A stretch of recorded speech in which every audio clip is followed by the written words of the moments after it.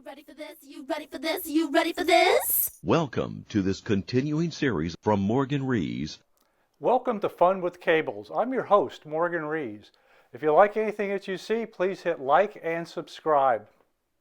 For decades, I've been relying on cables, from guitar cables through your amplifier, guitar, etc., all the way through to the microphone. Nothing happens without cables.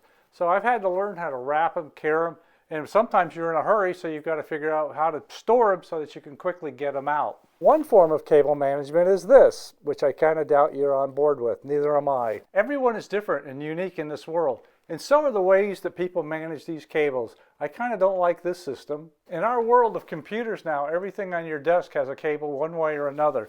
One actually very inexpensive way to store it is you get some of these toilet paper rolls, a shoebox, which is free, and a divider, and then you put each cable into each one, and that way it works and it's separated. I travel a lot, and a lot of times I'll just put this lid on it full of cables, and off I go. The side compartment is for accessories and just things like that, knickknacks and all that. So that's a thought. Another way to stay organized with cables is if you have a desk, and most do, you put these bulldogs or clips on it, and you just run your cable through it and it won't fall on the floor to keep it organized. Speaking of organized, another thing that keeps it organized, if you have these bread ties and you just write on it, in my case I've got a 2 terabyte, 4 terabyte SSD backup, every connector you can think of, and I just label what they are, and all the way across my desk on the side I have and know what's going on, and I can grab it easily. Another way, a couple of ways to keeping things neat and tidy, are these ties that you have. You just wrap it around the cable, wrap it around the harness if you have one underneath your desk. IKEA makes a pretty good one. Another form is this black version, but also they sell, I got this at an art and wine show for $6. It's leather with a nice brass strap, and you just put it around your cables and keep organized. If you want to go on the El Cheapo, you've got bread ties, which work great. So with cables and all of the flux that's going on, I have this particular one-size-fits-all Swiss Army knife cable.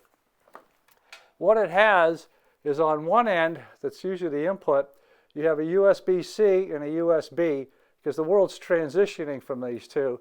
The existing, there's USB-C, there's the Google/Android/Samsung USB connector, that's their own, and then you've got Apple, speaking of their own, with the Lightning connector. The USB connectors have changed with the European Union making some pretty harsh lawsuits against Apple.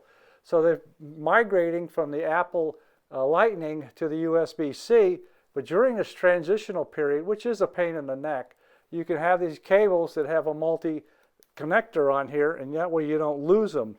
I do have, on some of my cables, a standalone adapter like this, and I can guarantee you in a week I'm going to have it lost. That's just the way it is.